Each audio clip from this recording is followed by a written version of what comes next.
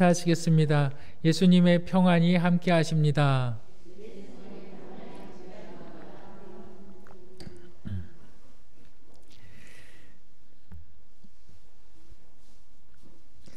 여러분 모두 공감하시리라 생각이 되어집니다. 사람은 모두가 평등합니다.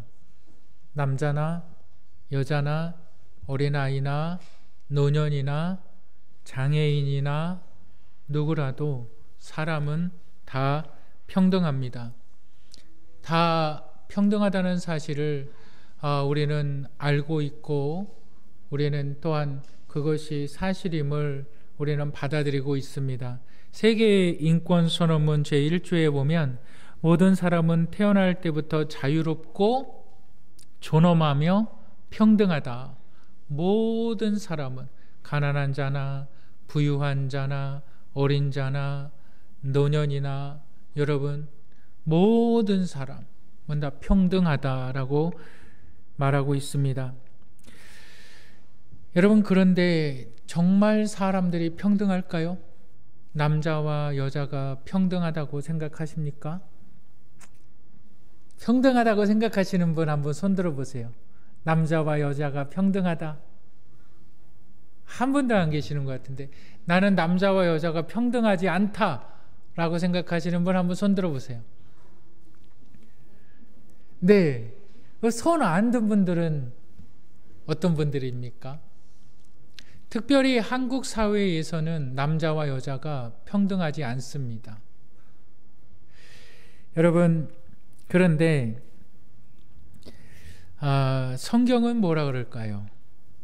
성경은 남자와 여자가 평등하다라고 이야기를 합니다. 그리고 그 평등함을 유지해 나가는 데 있어서 필요한 것이 바로 질서다라고 말합니다. 오늘 저와 여러분들이 함께 나눌 말씀은 성도의 질서입니다. 성도의 질서에서 우리가 생각해야만 하는 첫 번째가 있는데 우리 한번 따라 하시겠습니다. 질서는 가정을 세운다.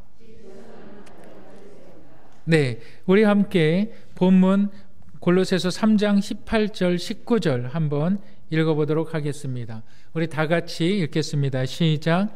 아내들아 남편에게 복종하라. 이는 주 안에서 마땅하니라. 남편들아 아내를 사랑하며 괴롭게 하지 말라. 여러분 지금 사도 바울이 본문을 통해서 예수 그리스도를 믿는, 참 중요해요. 예수 그리스도를 믿는 아내와 남편들에게 이렇게 얘기하고 있습니다. 그 아내와 남편들에게 제가 이것을 본문을 연구하기 위해서 남편이 도대체 무슨 뜻이냐 그것을 막 한 이틀 동안 찾은 것 같아요. 남편이 도대체 무슨 뜻이냐. 여러분 다 아시잖아요. 남편이 어떠한 뜻인지. 근데 이 본문은 이렇게 이야기해요. 여자들이여 라고 말하는 것이 아니라 남자들이여 라고 말하는 것이 아니라 아내들이여 남편들이여 라고 말하는 거예요. 그렇다면 이것은 누구에게 말하는 겁니까? 가정에 말하는 겁니다. 아까도 좀 전에 말씀드렸듯이 대부분의 모든 나라에서 남자가 우월하다라는 전통이 있어요. 제가 말씀드렸죠. 전통이 어떠한 것입니까? 세상에 지혜로운 자들이 살아가면서 삶의 규약을 만들어내고 그것이 우리의 삶을 올가매는데 그것이 전통이다라고 말씀을 많이 드렸습니다. 여러분 우리 한국 사회에서의 남자와 여자는 절대 평등하지가 않습니다. 성경에서 평등하다라고 말해도 한국 사회에서는 평등하지 않아요. 여러분 한국 민족 문화 대백과 사전, 한국 민족 문화 대백과 사전에 보면은 이렇게 기록하고 있어요. 남편은 아내의 배우자이지만 가계, 집안의 내력, 가계는 남자의 계통으로만 이어진다라고 정의하고 있어요. 그러면 아내는 단지 가계의 존속을 위하여 보조적인 수단이다. 우리나라 민족 대백과 사전에서 그 집안의 전통을 이어나가는 건 오직 남자지 아내는 보조적인 수단이다, 이렇게 정의하고 있는 거예요. 여러분, 이러한 사회에서 남자와 여자가 평등하다라고 말을 하면 그게 받아들여지지 않는다는 거예요. 그런데 남자와 여자가 평등하냐, 평등하지 않느냐? 아니요, 이것은 평등하지 않은 것이 우리의 삶에 깊숙이 뿌리 내려져 있다는 거예요. 그런데 성경은 뭐라 그럴까요? 성경은 우리 한번 창세기 1장 27절을 읽어보실까요? 다 같이 읽겠습니다. 시작. 하나님이 자기 형상 곧 하나님의 형상대로 사람을 창조하시되 남자와 여자를 창조하시고, 남자와 여자를, 저기 와라는 것이 등위 접속사인데 등위 접속사, 영어로 말하면 and가 되는 거고, male and female, 남자와 여자, 대상이 같다는 거예요. 그 자격이 같다는 거예요. 그러니까 하나님께서 사람을 창조하실 때에 그 대상의 자격을 평등하게 창조하셨다라는 거예요. 여러분, 이 사실을 여러분 기억하시길 바랍니다. 하나님의 창조의 위대함은 성별에 있는 것이 아니라, 하나님이 남성을 더 우월하게 만드시고 여성을 더 열등하게 만드신 것이 아니라, 하나님의 그 창조의 섭리는 생명의 존엄함에 있다는 거예요. 남자를 만드시고 여자를 만드셨습니다.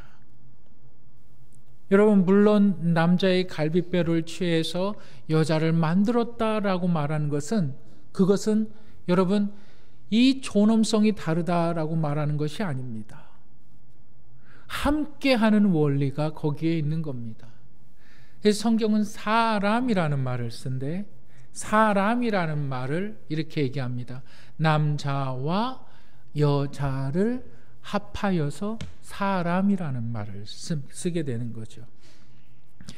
여러분, 그런데 이 창조의 위대함이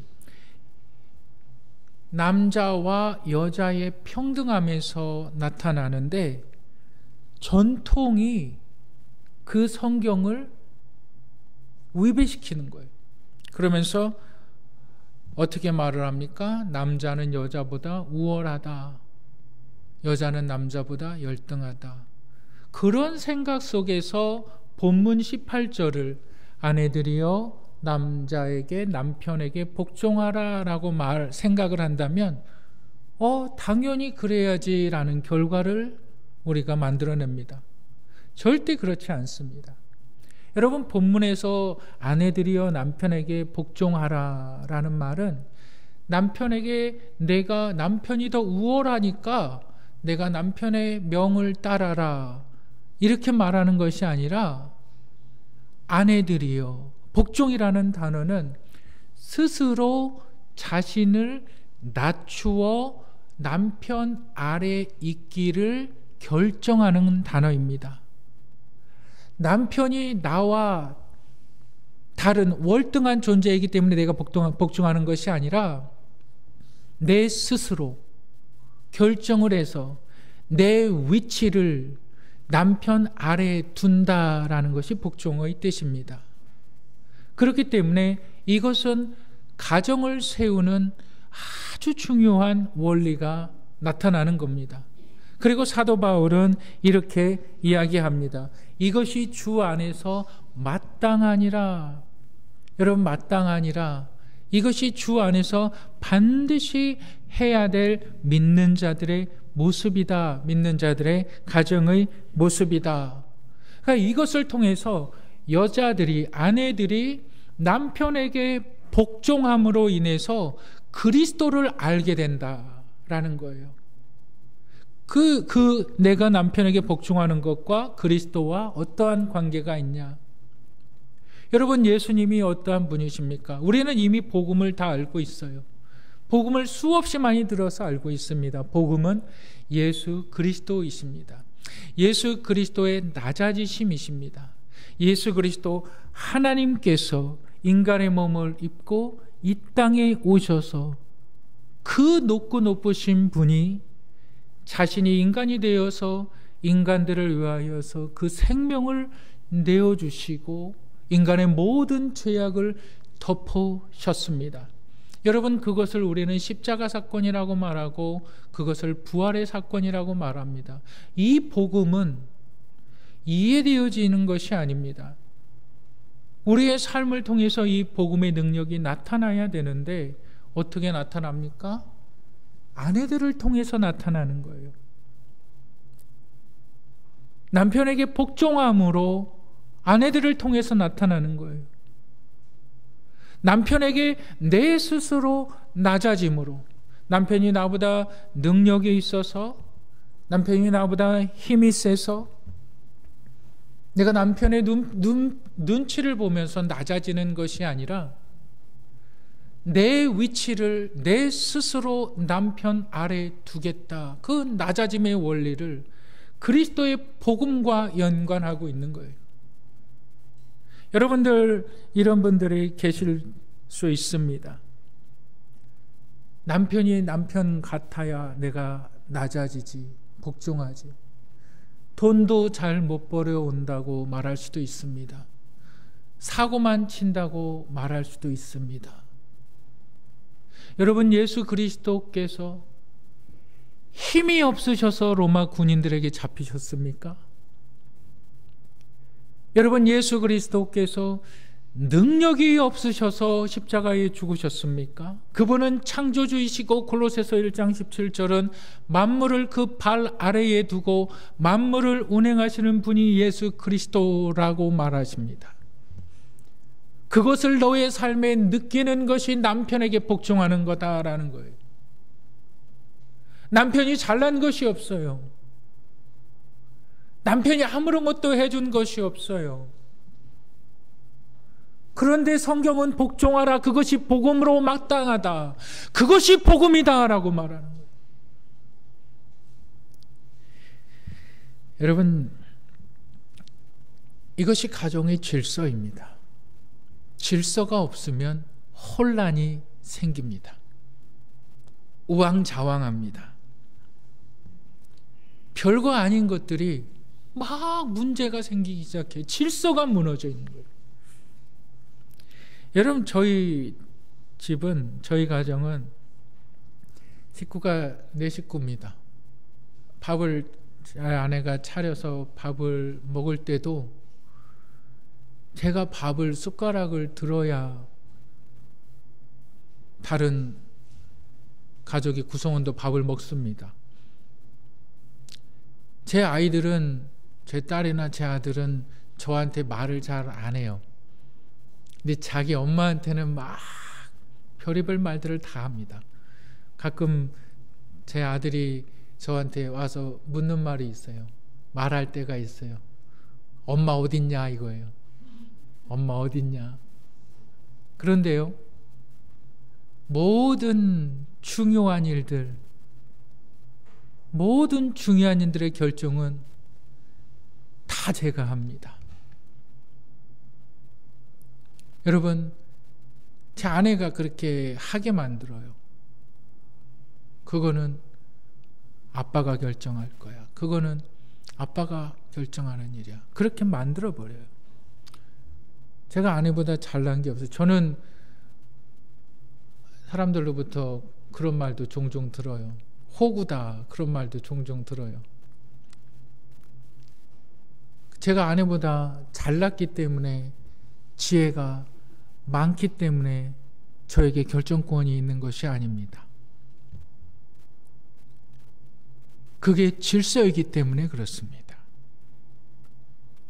그게 가정을 세우는 질서이기 때문에 하나님께서 이 질서를 통해서 너희의 존엄성과 너희의 평등이 유지된다 라는 겁니다.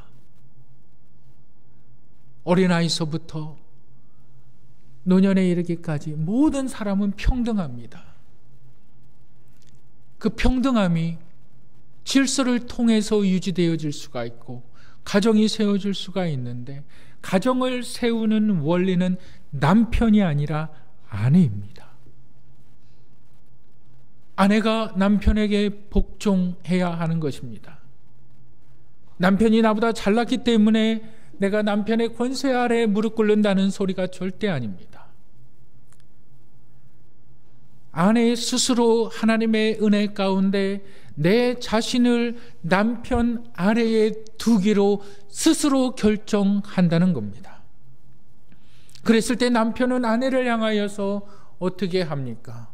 내 아내를 사랑하며 스트레스 주지 아니하며, 괴롭게 말라 스트레스 주지 아니하며. 여러분, 혹시 TV에서 유명한 어떠한 국가 원수나 이런 분들이 우리나라를 방문하게 되면 여러분들 우리나라 이제 경찰관들이나 이런 분들이 쫙 에스코트 하는 것 보셨죠? 그걸 의전이라고 말을 하는데, 남편이 하는 일은 그러한 겁니다. 가정의 대표로서 가정의 바람막이 역할을 남편이 하는 겁니다. 무슨 일이 터지고 무슨 일이 생기면 앞에 가는 사람이 먼저 죽는 겁니다. 그렇죠? 남편이 그 역할을 하는 거예요. 가정에서 모든 문제를 책임질 수 있는, 내가 모든 문제 앞에 내 목숨을 스스로 던져놓을 수 있는 사람은 남편입니다. 그 보호 아래에 있는 것이 아내이고 자녀들이라는 거예요. 그것이 하나님께서 가정을 통해서 원하시는 하나님의 질서라는 거예요. 근데 이 질서를 누가 세우느냐? 아내가 세운다. 아내가.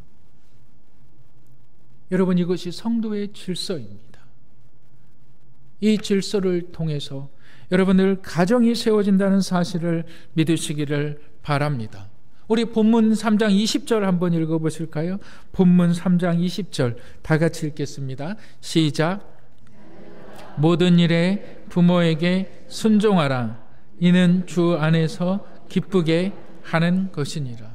그러니까 본문은 또 아내들에게는 복종이라는 단어를 쓰고 자녀들에게는 순종이라는 단어를 쓰는데, 복종이라는 단어와 순종이라는 단어는 아주 다릅니다. 순종은 어떠한 뜻이냐면 아래에서 듣는다라는 뜻입니다. 다시 이야기하면 위치상 아래입니다. 자녀들은 부모에게 있어서 위치상 들어야 되는 자들입니다. 부모의 말을 거역하면 안 된다는 겁니다. 부모의 말을 듣는 자들. 그런데 자녀들이 순종하는 것은 아내가 남편에게 복종할 때에 자녀들이 부모에게 순종한다. 이것이 질서다라고 말하는 거예요. 자녀들이 부모를 향하여서 순종하지 아니하고 부모의 말에 있어서 내가 거역하고 부모를 마치 잔소리꾼이나 되는 것처럼 생각하는 그 이유는 자녀가 잘못된 것이 아니라 아내가 남편에게 복종하지 않는 이유라는 겁니다. 이것이 하나님의 질서라는 거예요.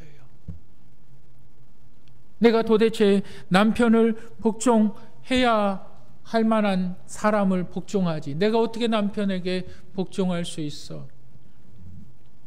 여러분, 그 동화 아시죠? 바보 온달과 평강공주라는 전래 동화 아시죠? 그 얘기입니다. 그 얘기. 남편이 똑똑하면, 남편이 돈 잘 벌어오면, 남편이 훌륭하면 그 사람을 섬길 수 있고 복종할 수 있다. 우리가 이렇게 생각하지요. 복음이 아니라는 거예요. 복음. 우리가 십자가의 복음을 어떻게 내 삶에 경험하는가? 남편에게 복종함으로. 그 십자가의 은혜의 복음이 나의 삶에 경험되어지는 겁니다. 나의 삶에 나타나는 겁니다. 내가 도저히 섬길 수 없는 저 남자, 내 남편이라 그러지만 내가 도저히 바라볼 수 없는 저 능력 없는 저 남편을 내가 어떻게 복종할 수가 있을까? 거기에서 십자가의 은혜가 발견되어져요. 거기서 예수 그리스도의 십자가의 능력이 뭔지를 깨닫는 거예요. 아, 주님이 이와 같으셨겠구나. 아, 주님께서 십자가를 지신 것이 바로 이것이구나. 복음을 아는 것으로 충분한 것이 아니라 복음이 내 삶에 경험되어지는 것은 우리의 삶의 환경에서 나타나야 된다는 거죠.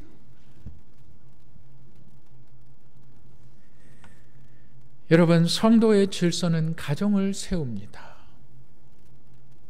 두 번째로 우리가 기억해야만 하는 것이 있는데 따라 하시겠습니다. 질서가 물질의 축복을 받게 한다.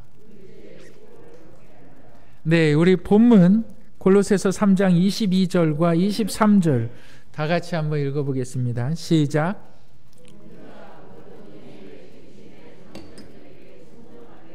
사람을 기쁘게 하는 자와 같이 눈가림만 하지 말고 오직 두려워하여 성실한 마음으로 하라. 23절 시작.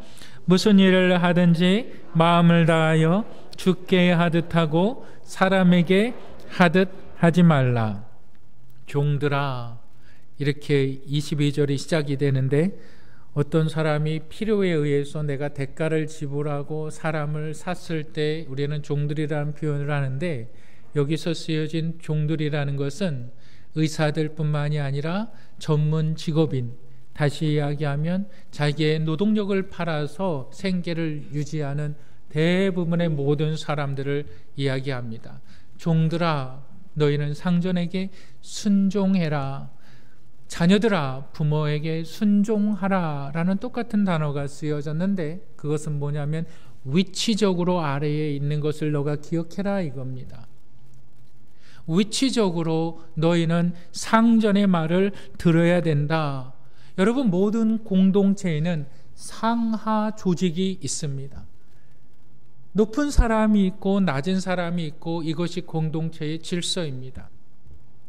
낮은 사람이 예를 들어서 회사를 이야기하면 말단 사원이 부장 노릇하면 안 됩니다.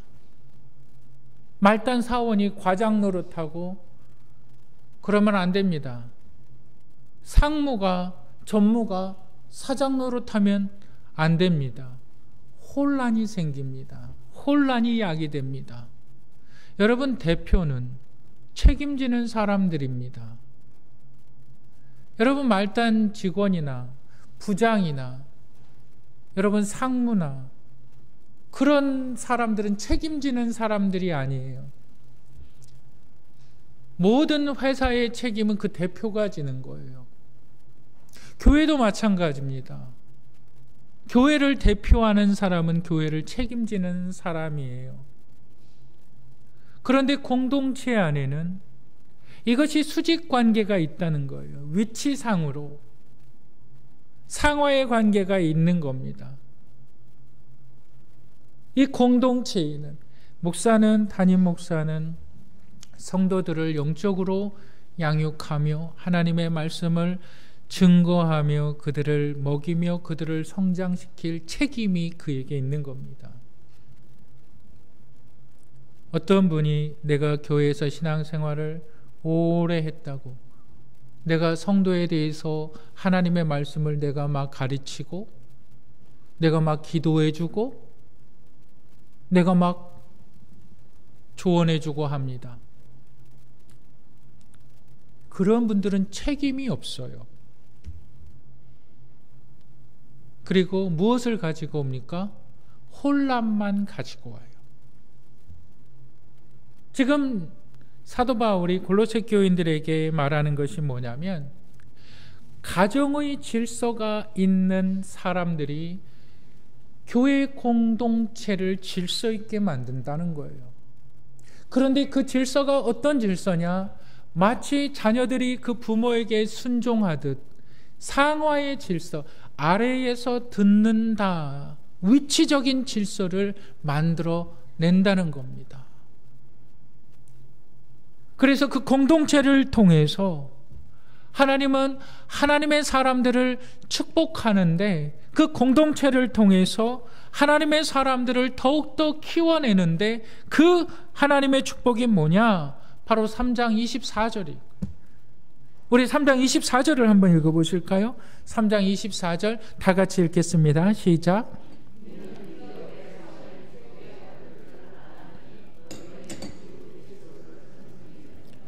여러분, 기업의 상을 너희 가정에서 아내가 남편에게 복종하고 너희 자녀들은 그 모습을 보면서 당연히 부모에게 순종하게 되며 그 사람들이 교회의 공동체를 또 질서 있게 만들어낼 때에 그 사람들에게 바로 상이, 기업의 상이 있다. 기업의 상이 뭘까요? 여러분, 기업의 상은 세습입니다. 기업의 상은 재물입니다. 기업의 상은 물려받는 거예요. 기업의 상은 여러분들에게 정확하게 얘기하면 물질의 복입니다. 여러분, 현대를 살아가는 우리들에게 있어서 물질은 정말 소중합니다. 물질은 정말 소중합니다. 물질을 죄악시해서는 절대 안 됩니다. 어떤 사람은 이 칼을 갖다가 아주 나쁜 일에 강도짓에 사용을 하는 사람이 있는 반면 어떤 사람은 칼을 갖다가 사람을 살리는데 쓰기도 합니다. 물질은 그 사람의 신앙에 따라 사람을 살리기도 하고 그 사람에 따라 사람을 죽이기도 합니다. 물질은 정말 소중한 겁니다. 여러분들의 자녀들이 다 공부 잘하고 좋은 대학 나오고 똑똑해서 좋은 직장에 가서 취직을 해서 돈 잘 벌고 잘 살면 좋지요. 여러분, 대부분의 사람들은 자신의 삶의 수고에 따라 자기의 양식을 벌어먹게 되어져 있습니다. 그건 자연의 은혜입니다. 다시 얘기하면 하나님께서 모든 사람들에게 다시 자기의 밥그릇은 다 벌어먹을 수 있는 자연 시스템을 하나님께서 만들어 놓으셨는데 그걸 하나님의 섭리라 이렇게 이야기합니다. 그 모든 섭리 가운데 하나님의 특별한 은혜가 더하여 진다는 겁니다. 여러분, 그것이 뭡니까? 그것이 바로 상급이라는 거예요. 상급이라는 것은 우리의 일상생활에 있어서 내가 일하고 받는 월급의 개념이 아니라 보너스의 개념이에요. 그러니까 하나님께서 보너스의 개념으로 너희에게 주신다 이거예요. 여러분, 오늘날 교회가 사회적으로 지탄을 받는 이유 중에 하나가 교회가 세속화되었다라고 말합니다. 교회가 물질주의에 빠져서 돈만 밝힌다라고 이렇게 말을 합니다. 저는 그 말이 어느 정도 맞다, 일리는 있는 말이다라고 생각을 합니다. 여러분, 그런데 물질을 우리가 죄악시해서는 절대 안 됩니다. 예수님께서 주기도문에서 이렇게 말씀하셨어요. 너희는 이렇게 기도하라. 그 이렇게 기도하라는 내용 중에 오늘날 우리에게 일용할 양식을 주옵시고, 일용할 양식을 위해서 기도하라는 거예요. 매일매일 내 삶에 그 양식을 위해서 기도하라는 거예요. 여러분, 생각해 보세요. 내가 끼니도 제대로 먹지 못하고 집은 제대로 거처할 곳도 없는 사람이 하나님 앞에 기도할 때에 하나님, 정말 우리 교회가, 이 나라가, 우리 가정이 전 세계를 향하여 복음을 증거하며 그리스도의 빛을 비추며 살아가게 하여 주시옵소서, 이렇게 기도 안 합니다. 하나님, 빨리 쌀 한 톨이라도 갖다 주십시오, 그렇게 기도합니다. 하나님, 당장 지금 내 세금 낼 거, 하나님, 지금 당장 내가 지금 돈 나가야 되는데 그거 어떻게 합니까? 하나님께서 우리의 삶을 채워주지 않으면 우리의 기도의 영역과 신앙의 영역은 자라나지 못합니다. 여러분, 하나님의 일은 철저하게 복음과 물질로 하는 겁니다. 하나님의 일은 복음으로만 하는 것 아닙니다. 물질이 없으면 복음은 전해지지가 않습니다. 또한 물질로만 하는 것이 아닙니다. 그것은 자선사업입니다. 복음과 함께 늘 빵이 가야 되는 것이고, 복음과 함께 늘 물질이 가야지 하나님의 은혜와 역사가 나타나는데 그 일들을 성도들에게 하게 하신다. 그것이 기업의 상이다 이거예요. 너희의 삶에 하나님께서 주시는 기업의 상, 너희 자녀들과 너희 부모들로부터 이 세상 가운데 살아가는 평범한 삶의 물질이 아니라 더하여 주시는 은혜가 있어야 된다는 거예요. 더하여 주시는 하나님의 은혜, 하나님의 물질이 있어야 되는데 그것이 너희의 질서에 달려있다. 공동체에서 질서를 지키느냐? 너희 가정에서 질서를 지키느냐? 질서가 없기 때문에 나 혼자 다 하는 거예요. 나 혼자 밥하고, 나 혼자 설거지하고, 나 혼자 빨래하고, 나 혼자 다 하는 거예요. 아이들은 자꾸 어깃장만 놓고, 남편은 내 말을 듣지도 않고. 여러분, 세상 사람들은 그럴 수 있어요. 근데 지금 사도 바울이 말하는 건 주 안에 있는 너희들에게, 예수 그리스도를 믿는 너희들에게, 예수 그리스도를 믿는 신앙인들에게